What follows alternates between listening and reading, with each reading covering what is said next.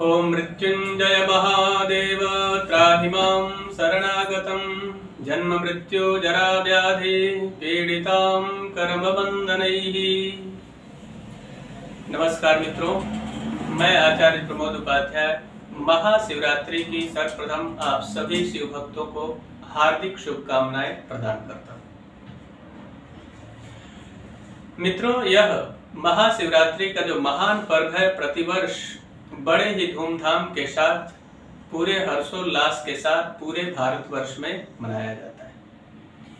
शिव भक्त अलग अलग प्रकार से भगवान शिव को प्रसन्न करने के लिए पूजा पाठ इत्यादि करते हैं और भगवान शिव समान दाता नहीं विपत्ति निवारण हार। इस त्रिलोक में जितने भी ब्रह्मांड के अंदर देवी देवता है, सभी देवताओं में बड़ा भगवान शिव को कहा गया है, यानी कि महादेव, और दूसरा उनका जो नाम है वह भोलेनाथ भी है।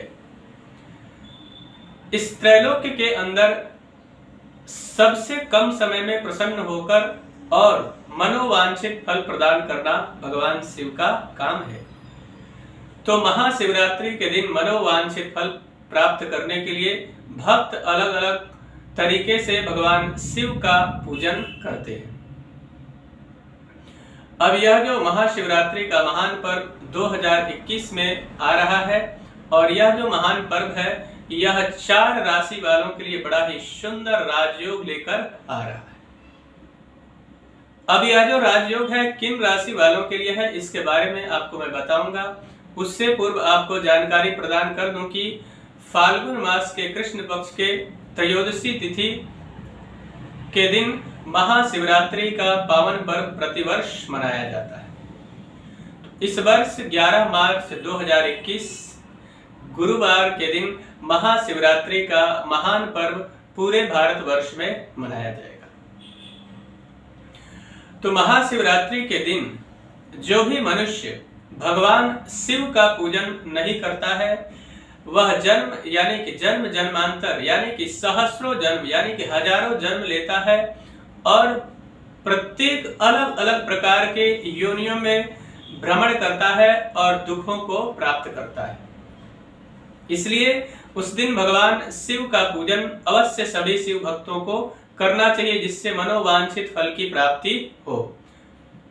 दूसरी बात, शास्त्र कहता है कि जो भी मनुष्य या जो भी शिव भक्त महाशिवरात्रि के दिन या रात्रि के समय, रात्रि का भी अद्भुत महत्व शास्त्रों में उस दिन के लिए बताया गया है।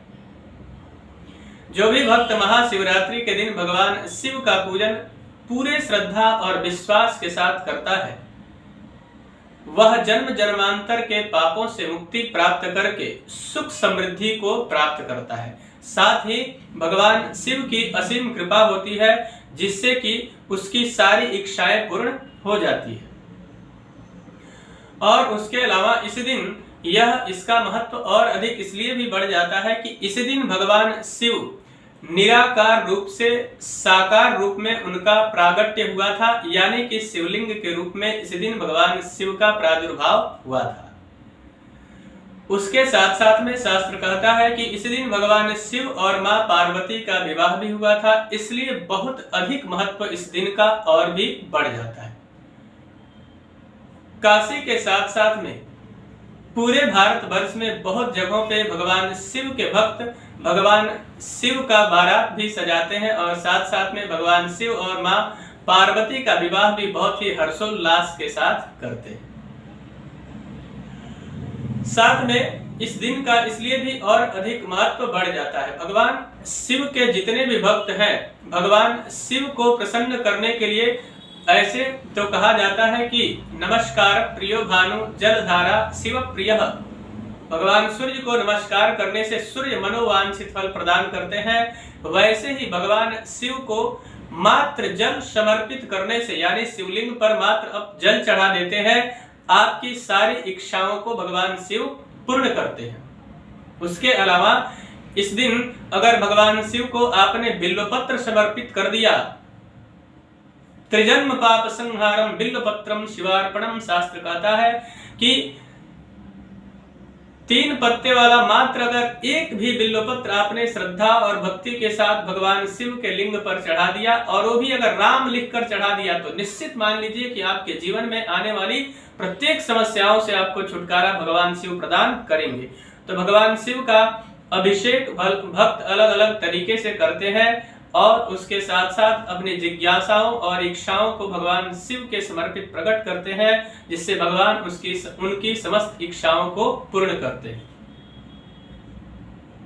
अब हमने बात कही थी कि किन 4 राशि वालों के लिए यह महाशिवरात्रि बहुत ही शुभ फल देने वाला है, यानी कि फर्श से अर्श तक का सफर ये 4 राशि वाले तय कर सकते हैं, अगर इन्होंने भगवान शिव की पूजा पूरे श्रद्धा और भक्ति के साथ की तो।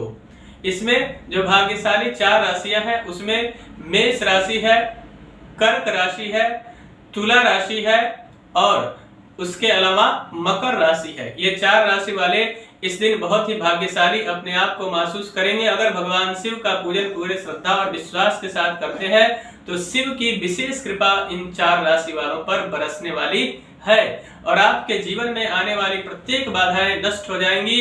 जीवन में जो भी आपकी कामनाएं हैं उन सारी कामनाओं को भगवान शिव पूर्ण करें। इसी कामना के साथ मैं अपनी वाणी को विराम देता हूं। मुझे आशा है कि मेरा यह कार्यक्रम आप सभी को पसंद आया होगा। मेरा एक निवेदन है कि अगर अभी तक हमारे चैनल को आपने सब्सक्राइब नहीं किया है तो कृपया चैनल को सब्सक्राइब कर ले। तब तक के लिए इजाजत दीजिए। नमस्कार।